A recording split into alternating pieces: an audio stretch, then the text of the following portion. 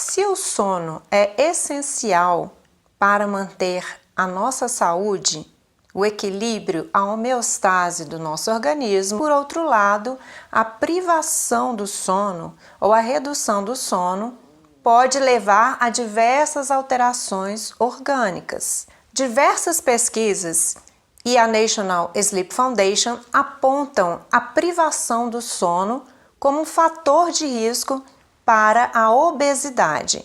Veremos como você pode manter o equilíbrio da massa corporal ao dormir e como a privação do sono pode alterar essa homeostase ou equilíbrio.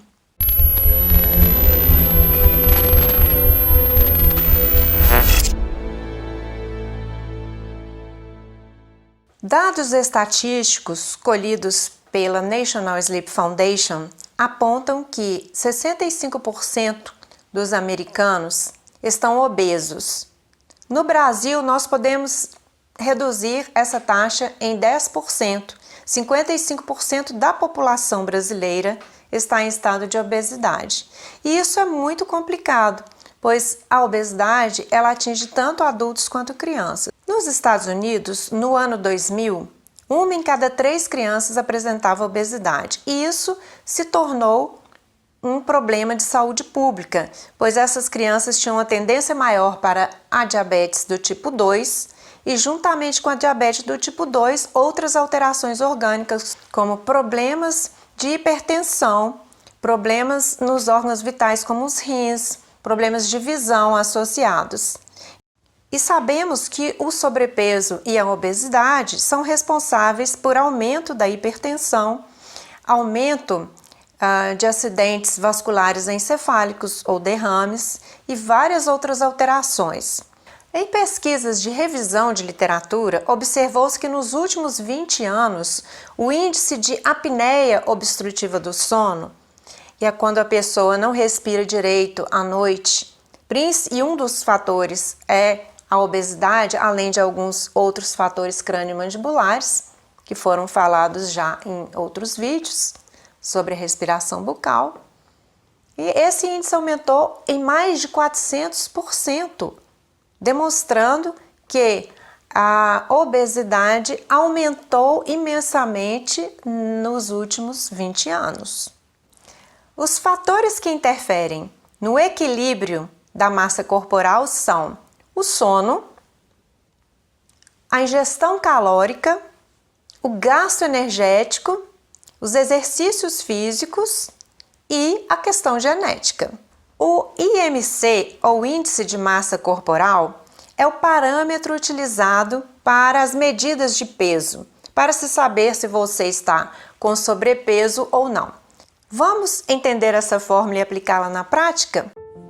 O Índice de Massa Corporal, ou IMC, é o parâmetro usado pela OMS, ou Organização Mundial de Saúde, e, portanto, pelo Ministério da Saúde, para definir o peso.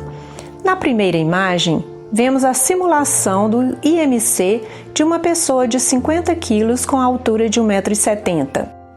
Dividimos então 50, que é o peso, por 1,70 ao quadrado, seria a altura ao quadrado. Ficará 50 sobre 2,89. E o IMC, então, será 17,30. Esse IMC de 17,30, pela tabela ao lado, podemos verificar que ele será classificado como baixo peso. Podemos observar também pela tabela que IMC menor que 18,5 classifica-se como baixo peso. Entre 18,5 e 24,9 classifica-se em peso normal.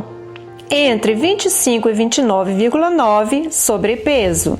E a partir de 30 já é um IMC de uma pessoa obesa.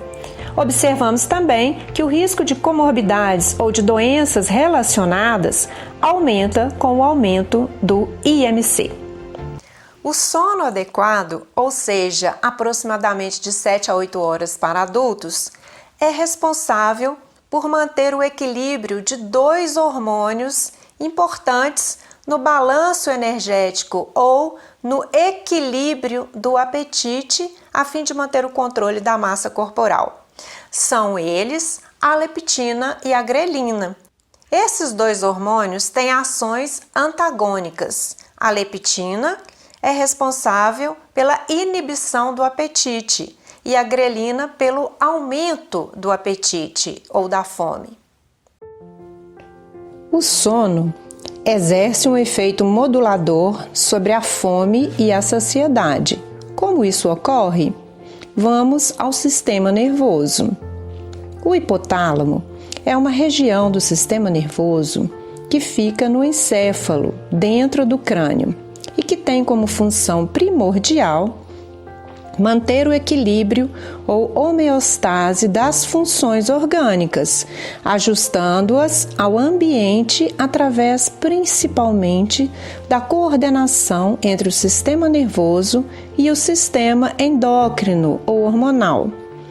No hipotálamo, encontramos também o nosso relógio biológico central interno, que ajusta o ciclo do sono e da vigília. Nessa região tão importante, encontramos também o centro da fome e da saciedade, daí o seu papel no equilíbrio de vários hormônios que regulam as funções orgânicas e a questão da massa corporal. Acompanhemos agora o esquema na tela. No hipotálamo, encontramos substâncias chamadas hipocretinas ou orexinas, que vão promover tanto a ingestão alimentar quanto a vigília. A atividade dessas substâncias dependem da ação de dois hormônios, a leptina, que é secretada pelas células adiposas ou células de gordura e que inibe a fome, o apetite, e a grelina, que é outro hormônio secretado principalmente pelas células do fundo do estômago e pelas células épsilon no pâncreas, e que aumenta a fome, o apetite.